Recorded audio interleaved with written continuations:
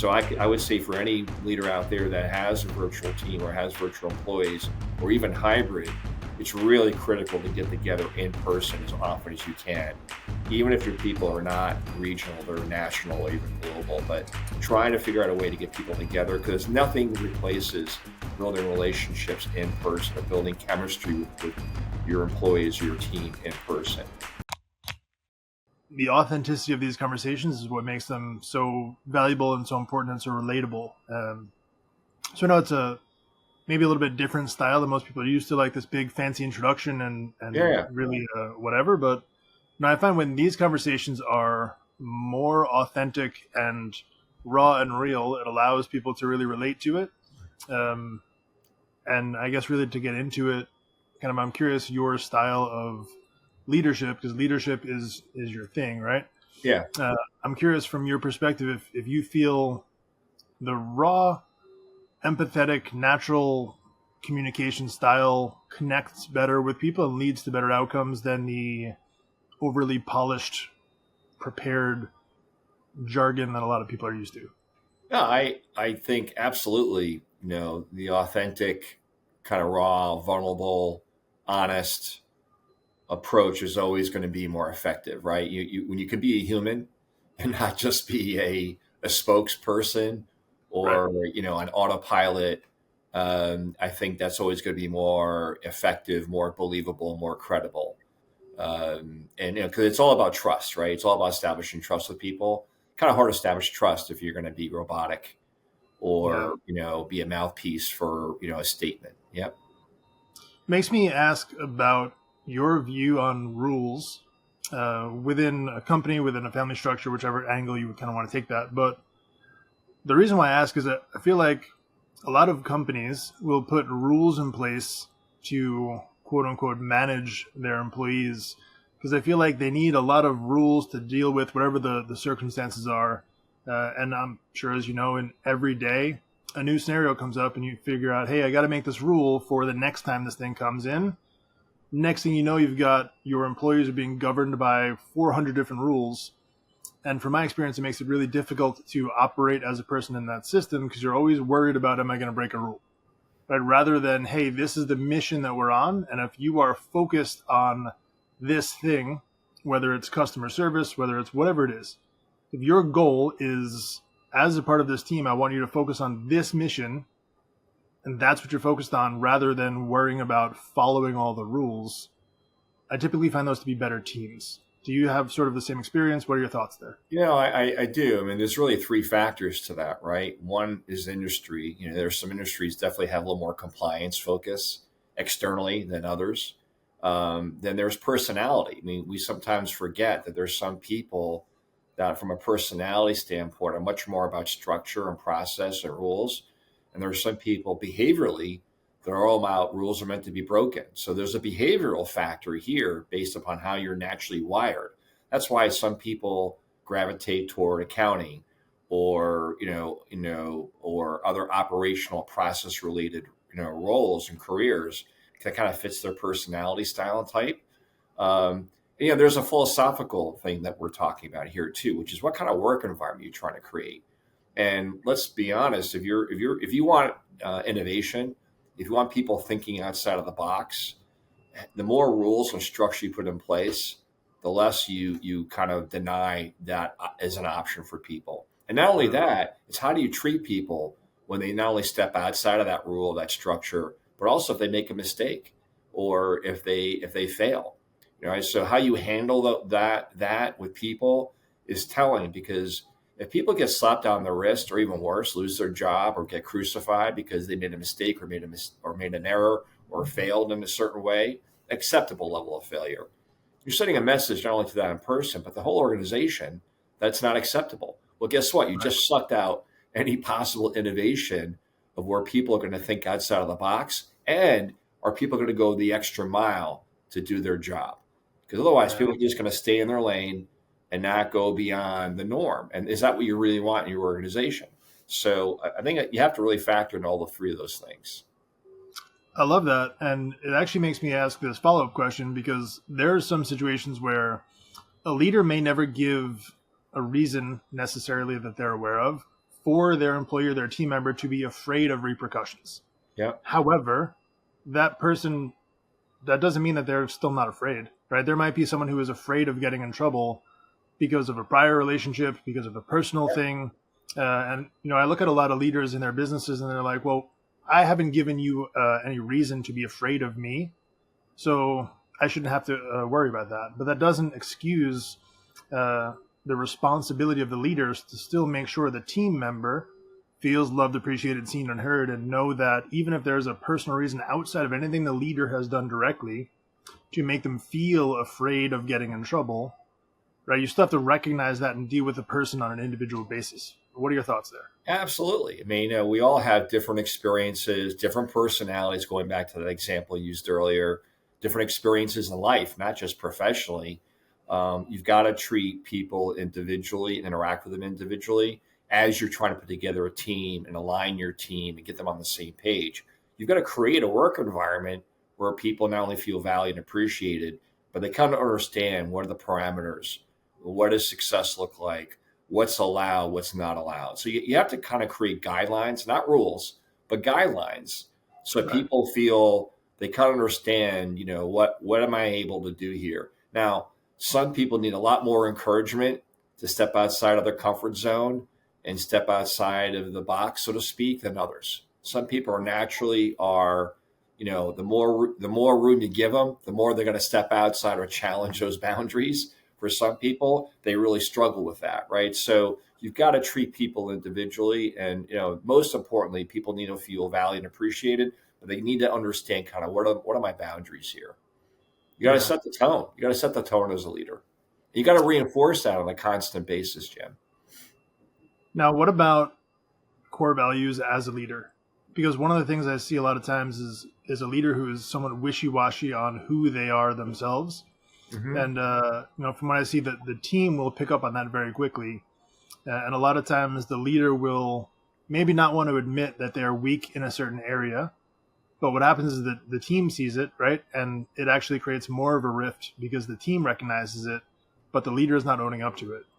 What are your thoughts there?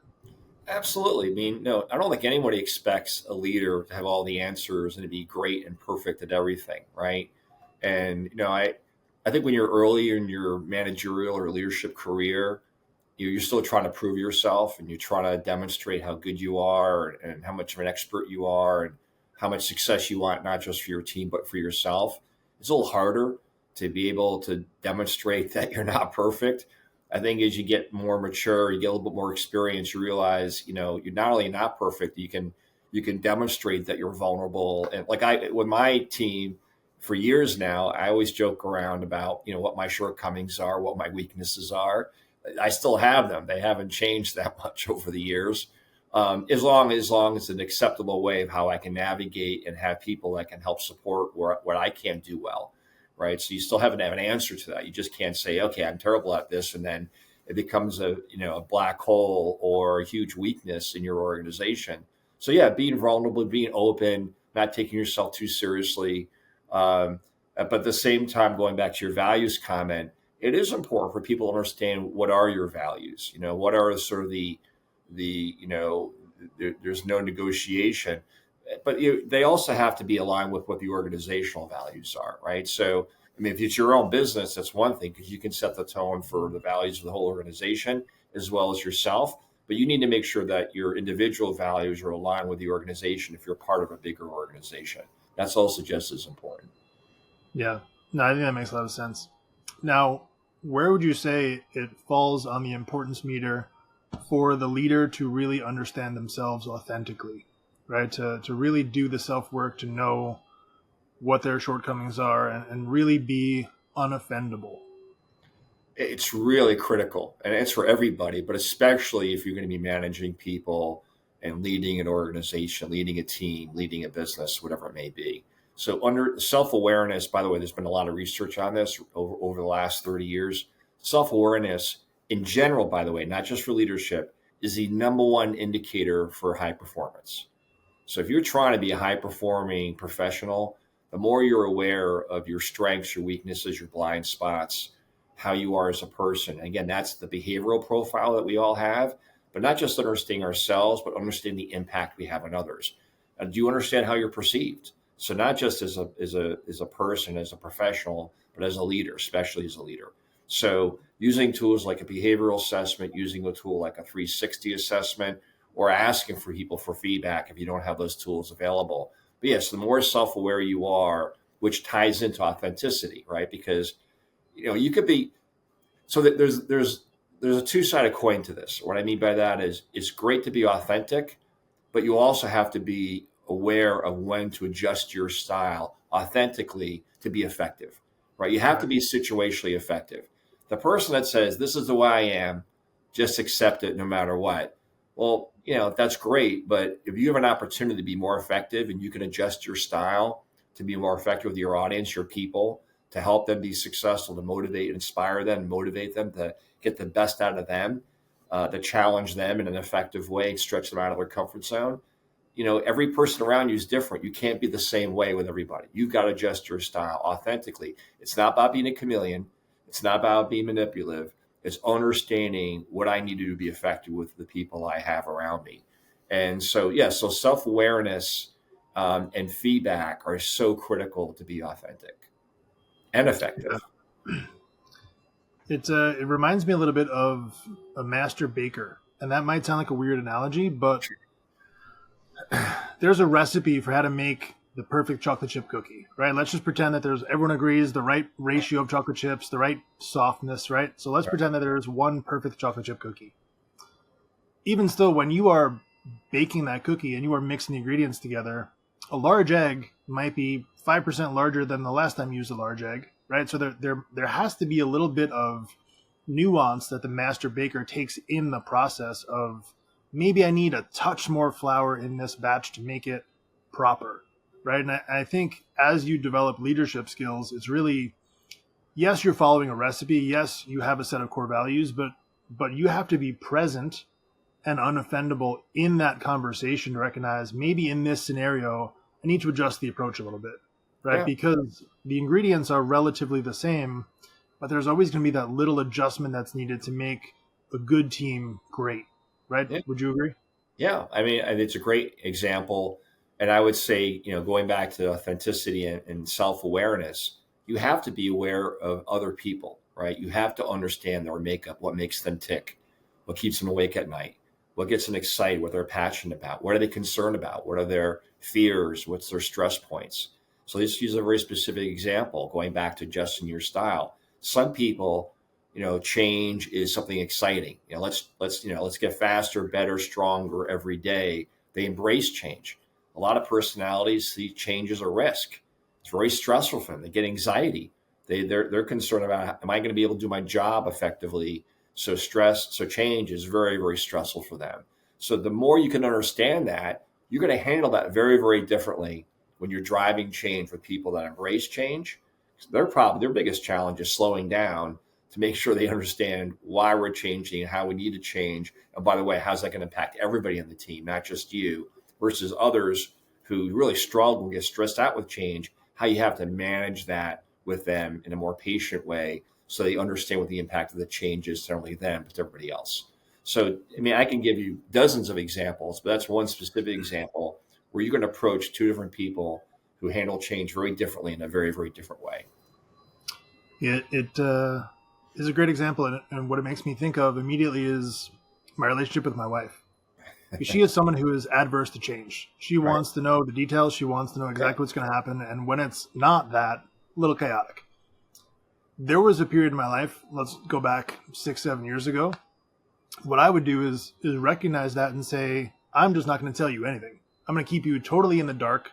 That way you don't have to know about the change. Right. Right. And while I thought I was trying to be effective and shield her from that, what ended up happening was it became even worse.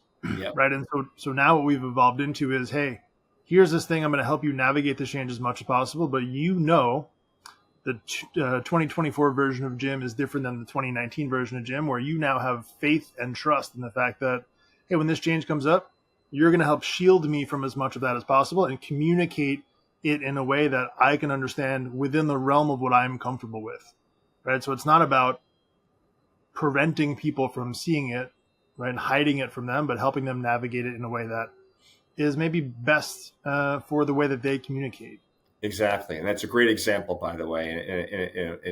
And if anything, that we're talking about here, which is it's such a huge part of this in building, effective teams, and just having good relationships with people, is understanding the differences, the nuances of who people are, and how they Right. see things, and how they experience things, and how they react to things. And the more we appreciate and understand that, trust me, I wish I had that understanding and awareness earlier in my career, I would have avoided a lot of walls and headbutts. So it's a life changing aspect to how you work with people when you understand the makeup of people, or want to understand the makeup of people, because it allows you to navigate and be much more effective in building relationships, establishing trust, and just being effective in how you communicate, make decisions, and collaborate. So yeah, it's really critical. Yeah. Let's shift a little bit into remote work and specifically how to lead a remote team. Because I think for a lot of people,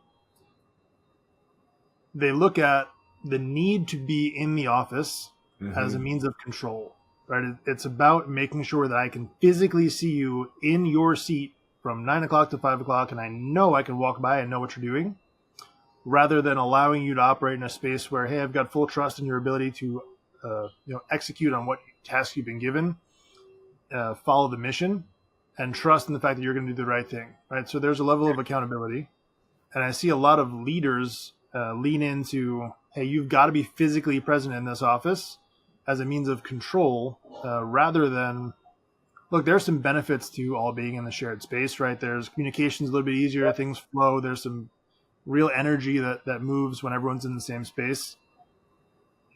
But oftentimes I find leaders do it for control reasons rather than energy. Do you sort of see the same thing?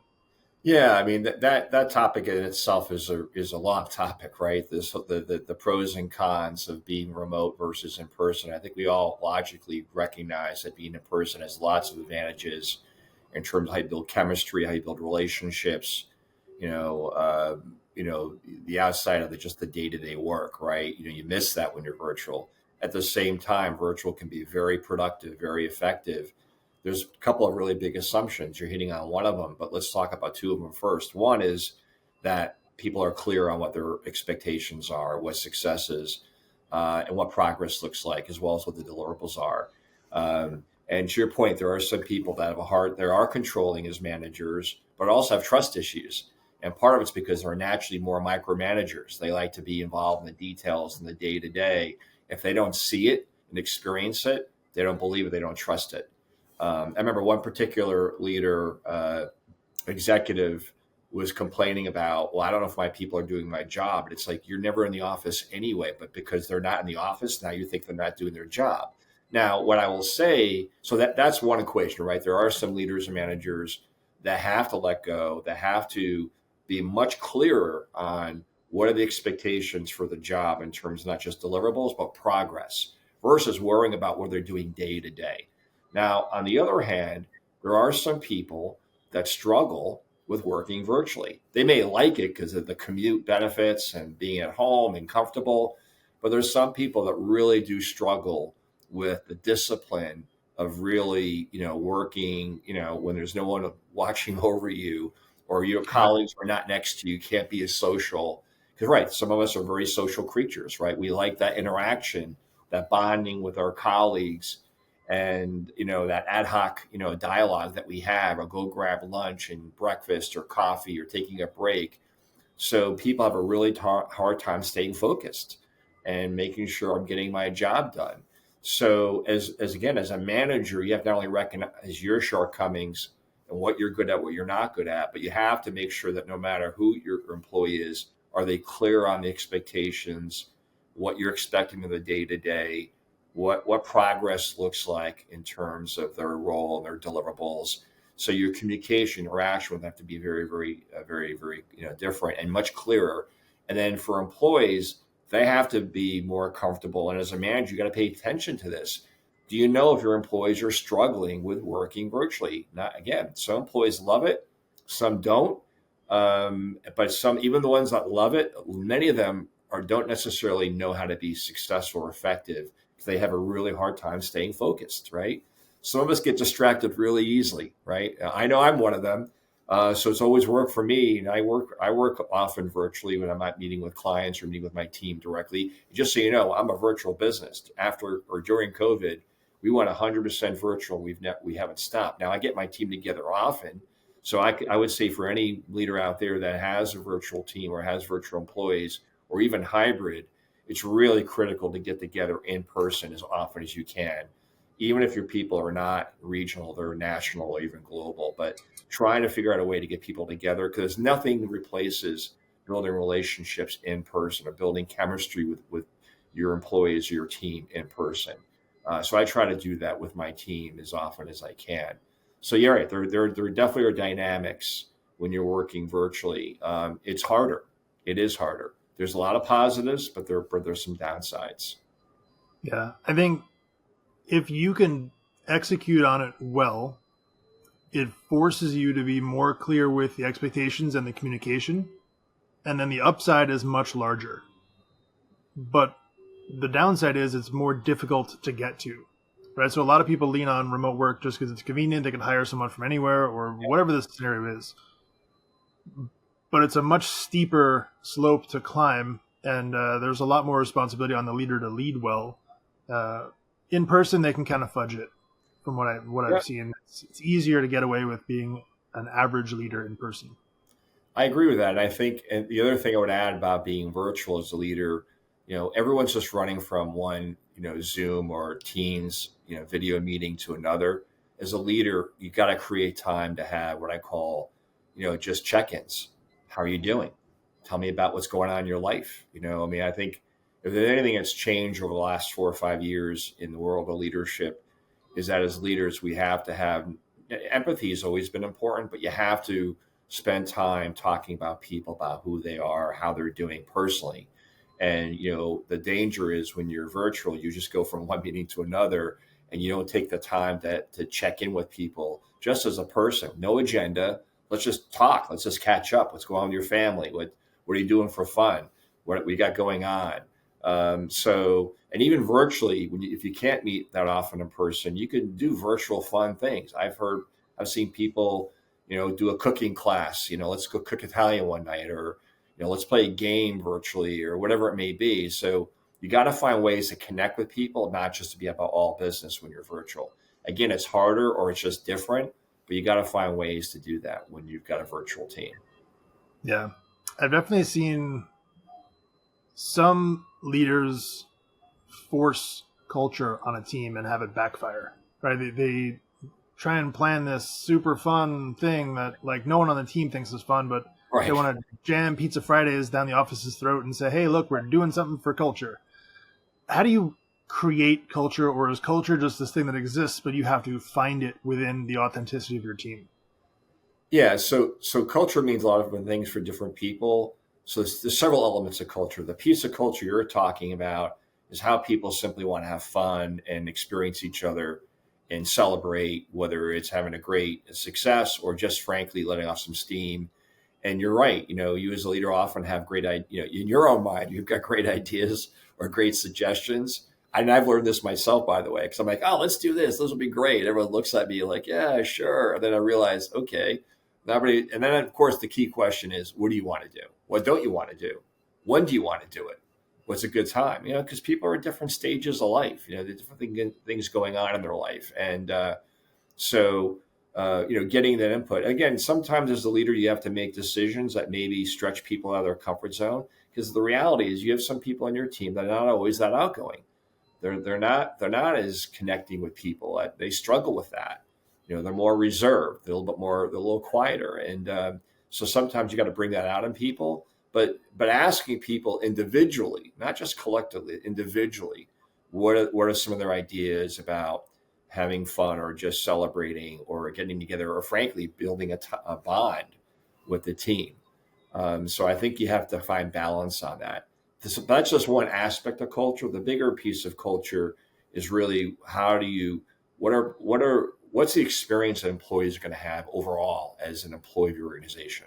what kind of career, what's valued, what gets rewarded, how do they grow? That's a much bigger macro aspect of culture. Yeah, I love that. What are some of the best examples you've seen of well executed culture?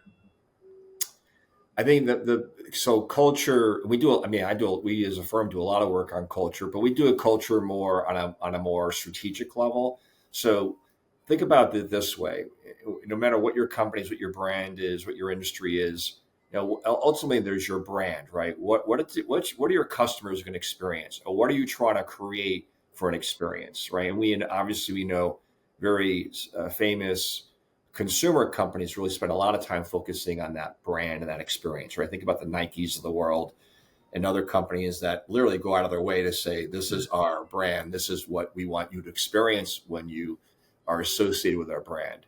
The key is whatever we want to do. It doesn't have to be the extreme of a Nike as an example, but you have to articulate what that brand experience, not only for you consumers, whether they're businesses or individuals, but also how does that translate to the employee experience?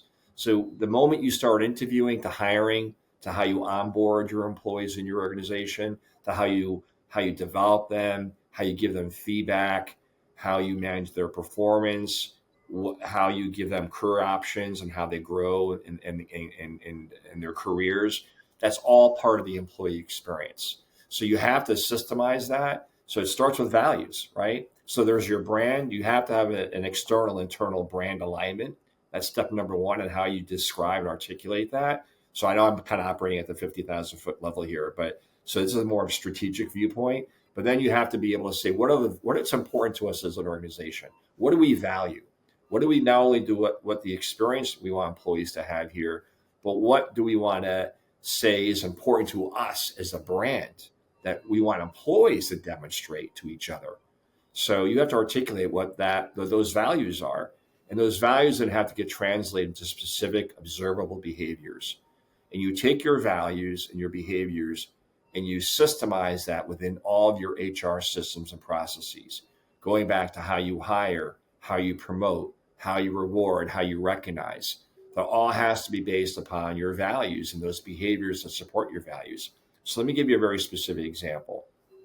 A lot of organizations do a lot of work in promoting, hey, here are our values. They put together nice posters. They have it on their extranet, intranet, part of their mission and their purpose, right? And they promote it. And they're sitting on nice little stations and cafeterias and conference rooms and throughout their office. And then the dust settles because it stops. They haven't done anything to incorporate that in the day-to-day experience of the employee. So that's what I mean by systemize it. So you don't want to just necessarily have performance goals in terms of your job performance and your goals and objectives, but then how are you assessing performance, how a person demonstrates the values through specific behaviors. So an example would be your superstar, name the professional. Let's just say a sales executive, right? A sales professional. They're the best person in sales in terms of sales performance, but they're also toxic. They treat people like crap. They're rude. They're obnoxious. They talk down to people. So do you keep your top salesperson, right? Because they I still are wouldn't. performing the best performer, in terms of their role. So I think those are really important questions as an organization, philosophically and strategically, in terms of what's important to you, what you value, and are your values just as important as far as your brand, as well as actual job performance. Yeah. So what I'm hearing you say there is culture is more important, or let me say this: culture is more than just the words written up on the wall, but it's the stuff that's acted out day to day. Yes. Thank you for summarizing that in a very good way. I got a little to the weeds there because it's a big topic because Yeah. you have to come up with a way to capture it and in a way that ties into everything that you do day to day. But you're right. How you just summarized it is really great of summarizing it. Yeah. Thank you. Which leads me into another question. Let's look at organizational charts. I think the tendency for most people is to start with the leader at the top. I am more of a believer in the leader should be at the bottom of the pyramid. We've got like an inverted pyramid for an organization chart. What are your thoughts on that? Yeah, that's a really great question. I think again, it's I'm not really sure it's about the organization chart itself because you're right, you can argue it should be in the bottom, maybe at the top, it could be in the middle, it could be flat with everybody else. It's more how you show up as a leader in not just being authentic, but how you value people, how you interact with people. Are you making all the decisions? Are you sharing decision making? Are you empowering people? Going back to we said earlier, if you want to be innovative, you want people to step outside of the box and think strategically and come up with new ideas, new ways of doing things. You can't have everything go through you. You can't be the person that makes all the decisions. Right. So wherever you put yourself on the org chart, it's more about what's the work environment you're creating. How are people making decisions? And by the way, how do you respond to failure and mistakes? I got a great example, two examples. If I'll try to be quick, not my Yeah, strength. go for it. So one example, and these are actual real examples. One of them was a client, CEO of a very well-known consumer products company, wanted to create more innovation. They weren't creating enough innovation in terms of new generation of products for a very well-known national and international consumer products company. Create an innovation team, head of innovation. They launched a new product. Everybody was really excited by it, but it didn't get the initial market demand that they thought they were going to get. Instead of like waiting or making some adjustments, the CEO got a little nervous because it's obviously really expensive to launch a new product and squashed it. And not only did he squash it, he reprimanded the product team that created the product and the head of innovation. And I think even some people lost their jobs. Well, what do you think happened? I mean, he just sucked the innovation right out of the company, right? Because Yeah. who the hell is going to try to, go out of their way and stick their neck out to be innovative when they feel like I'm going to lose my job or I'm going to get reprimanded because the product's not an instant success. He didn't even give it enough time. Now, no shock here. The CEO didn't last much longer after that. Okay. Let me give another example. These are all real examples. A CEO and founder of a high tech company um, had a product team try to solve a software product that had somehow had a bug in it, an issue with it. It was about customizing for one particular client. It didn't work. It actually kind of blew up. Customer wasn't happy. I don't think they left, but it definitely had financial repercussions. So during one of the all staff meetings, the CEO asked this product team to stand up. And he literally pulled out a checkbook and wrote each of them a bonus check and said, sincerely, authentically, I really appreciate the effort you made in trying to come up with an innovative way to expand this product for this customer. It didn't work, but I really applaud your effort. And here are bonus checks that I'm actually handing out to you right now. That was a little dramatic, but literally, the whole company got up, standing ovation for this product team. 3 months later, that same product team that failed, that got rewarded for trying, created a new software product that like doubled the company's revenue. It's actually a true story. So they are extreme examples, but the point is an executive, no matter how big or small your team may be or your organization, you set the tone of how you respond to failure and mistakes. Yeah, I love that. I think the struggle there is looking at participation trophies. Let me explain a little bit more. Yeah. I think that there's been a certain culture that says, hey, good job, you tried, here's a sticker, go get a juice box and have a great day. Versus, let me celebrate the attempt and the failure. Right? Because I think that there's a fine line that people got to understand to be a good, effective leader. It's not about showing up, but it's about trying something and failing and trying again. Right? It's you're celebrating the effort, not just you showed up. Does that make sense? Oh, absolutely. I mean, without getting into all the weeds on this, I mean, this particular team that got that bonus were a high performing team. They just happened to fail, trying to be innovative, trying to take some risk and stepping outside of the box, so to speak. But you're right. There's a difference between that and people just showing up and everyone gets a participation trophy or sticker or even a bonus for that to mention that. So I really think if you're trying to create a high performance culture, people need to know what high performance looks like, and they need to be rewarded at that level. And for people that are not at high performing level, they shouldn't get rewarded the same, if rewarded at all.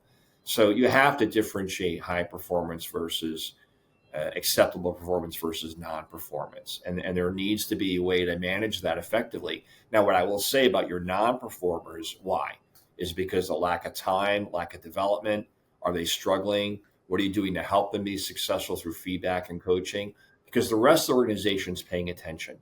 So how you treat your non-performers, again, assuming they're all demonstrating the right values, is just as important as the people that you're rewarding that are high performers. So not everyone's always going to work out. Even the people who are trying their best, they're just not the right fit for whatever reason for the role. But give them the benefit of the doubt. Make sure they're getting feedback. Make sure you're coaching them. Make sure you're developing them. At some point, make a decision. Don't string them along. Don't treat them badly. So that's just as important. But yes, I completely agree. The participation trophies and stickers or whatever you want to call it doesn't work in business. It just doesn't. Yeah. Do you think that there's a lot of importance on a leader in their personal life to carry the same standards they carry in their professional life? Like, obviously, it's one thing to lead a company well, but if you, in your personal life, and hey, let's say it doesn't affect the business at all, but when you leave work, you go home, and you're a total jerk, or you've got these sort of negative aspects to your life, whatever they are. If you are not aligned in your personal life and your professional life, does that cause a loss of trust for your team? Wow, that's a loaded question. I mean, yeah, of course, I would say yes. If people are finding out that a person is doing some things that compromise values that are important to people in their personal life, yeah, I think that compromises trust completely. But I also would say, in a just kind of reality way, that there are a lot of leaders that do not handle the pressure of leading and the goals and the performance objectives they received, or frankly, have not really developed all the skills they need to be effective as a leader, or they have this mindset they have to be one way as a leader versus one way at home. And in addition to your example, they struggle with how I show up at home and how I'm handling the pressure and stress of running an organization, running a team, and how I handle that when I'm at home. So a lot of leaders have to reconcile how they manage pressure and stress, how they can show up at home to be just as effective in their personal life as their professional life, and spend some time on that. Because, I mean, let's be frank about this. In the world today, the level of change, the intensity of change, the pressures that leaders have today to execute and to perform are higher than we've ever seen. And then you add the complexity of the work environment, right? Hybrid, virtual, in person, the multiple generations, the expectations of different generations, the sensitivities of different generations. It's harder to manage people today than ever before that I've seen in my lifetime, in my career. So I think, leaders have to be honest and okay not to carry this huge, cross on their back to say, I have to figure this out on my own. No, go find people that can help you, or a person that can help you, so that you can be effective in your personal life as you are professionally. Because there are leaders out there that are struggling, and they struggle with the stress and pressure, and it puts them in places that allows them to compromise who they are as a person in their personal life. And I've seen, especially the last 4 or 5 years. I want to challenge that thought a little bit. And Please. I understand there's a lot of nuance to this. So Yeah. I'm going to take a position, again, nuanced. So take Yeah. that for what it is. I think it's easier than it ever has been to lead people in these generations, because from what I understand, right, and my leadership experience is confined to the past 15 years, right? So I don't have a lot of leadership experience before that. However, from my understanding, that prior generation was very, hey, this is what it is, suck it up. If you don't like it, it is what it is, tough crap. As we move forward to the millennial generation, to Gen Z, whatever it is, people are a lot more outward with their emotions, and they want this work environment that fits sort of their personal values and culture. So from what I see, the reason why I would say it's a bit easier is people are more outward with who they are authentically. It's the leader's responsibility to now listen to those people and adapt their communication style to each one of those individual people on their team. So people are a little more outwardly authentic. It's up to the leader, and maybe it's a little bit more difficult in terms of you've got more work to do as a leader, but it's easier to see the authenticity of the people on your team rather than you've got a bunch of generic people who are just clocking in 9 to 5 and what it used to be. Does that make sense? No, it does make sense, and I appreciate that. I love that example. I think in that sense it can be easier, and the fact that you feel that way and you have that's your mindset, frankly, it makes it easier.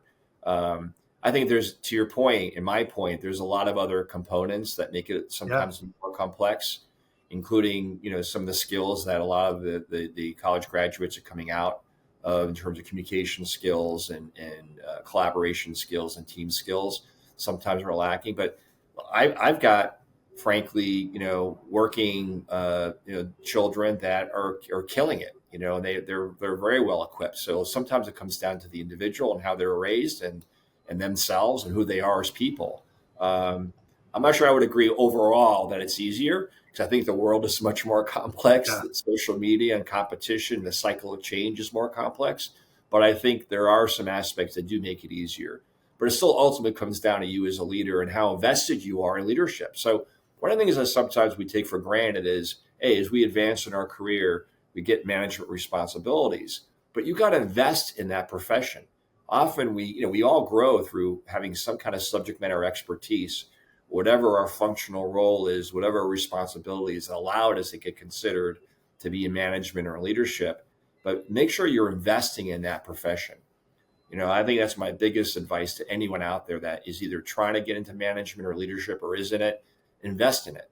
It's not just part of your job description and kind of an additional aspect of your job. Make sure that it's a craft. Make sure you invest in that craft. Yeah. I love that a lot. And one of the reasons why I love that so much is investing in who you are as a leader. I believe that there's a lot of leaders who think and operate from the perspective of they have to have all the answers and they have to be the expert in all of the topics, right? I don't know whether it's necessarily ego or pride driven, but when you get to this position of leader, there's a certain expectation that you're going to be the one with the answers, right? The buck stops with you. You are the one at the top. You're the one at the end. When there's a problem, everyone turns to you, right? You're as a leader, as a CEO, you go out and you hire the very best and smartest people in their fields. And when those people can't solve the problems, who do they turn to? They turn to you, right? So there's a certain expectation. I feel like a lot of people as a leader think that they have to be the one with all of the answers. And I believe it brings a very dangerous scenario because from what I've seen, some of the best leaders are the ones who say, hey, I've got a great skill in this one area. I've got mastery in this one area. Mm-hmm. In the rest of them, I've got no freaking clue. That's why I hired you. But I am committed to finding an answer, and we are going to work until we do.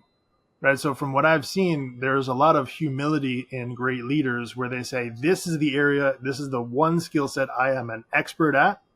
The rest of them, I'm going to trust your judgment. I'm not going to portray myself as an expert in every single one of the areas in this business. I'm going to trust outside help. And when I don't know, I'm going to go seek counsel from someone else who is smarter than me. Do you see that same sort of thing? Yeah, I agree. I think you need to do that. You can't be an expert in everything. You can't have an understanding of everything. But there's two sides to that. So I agree. Hire people smarter than you that have more expertise than you because you can't stay top of everything, especially as you grow as a leader, as your organization gets larger, more complex. You can't be involved in everything. But at the same time, stay close enough to the customer and stay close enough to the industry externally, what's happening in the industry, and then stay close enough to your capability as a business. And so that way you're not so removed that you've lost your credibility. Because at the end of the day, people still want to make sure that you understand the business. So I think you got to find balance between that. Yeah. And I believe that's a big part of that is communication. Being able to communicate effectively with your team and say, hey, here's an area you excel at. I could use some help. Or hey, here's a problem we've recognized. Let's go find an answer together. Yeah, I mean, I'll give you a quick example, and this is a great example for anyone out there. Because again, a lot of leaders feel, as we said earlier, feel the pressure to have all the answers or have all the expertise. I remember one particular executive, and this is a pretty large organization. It happened to be in an engineering organization, but now this person's literally managing thousands and thousands of people. But he got moved to running an engineering group that he had no expertise in. But he himself at one point early in his career been an engineer. So what he did is he found an up and coming hotshot engineer and basically said, okay, for the next couple of months, I want to meet once a week so you could teach me this, this product so I understand it. Because he knew in order to be effective to lead this engineering group, he needed to understand the technology. He needed to understand the products. So it's essentially reverse mentorship. He took a young person that could teach him the business and mentor him. So, never always shy away from those kind of opportunities. Yeah.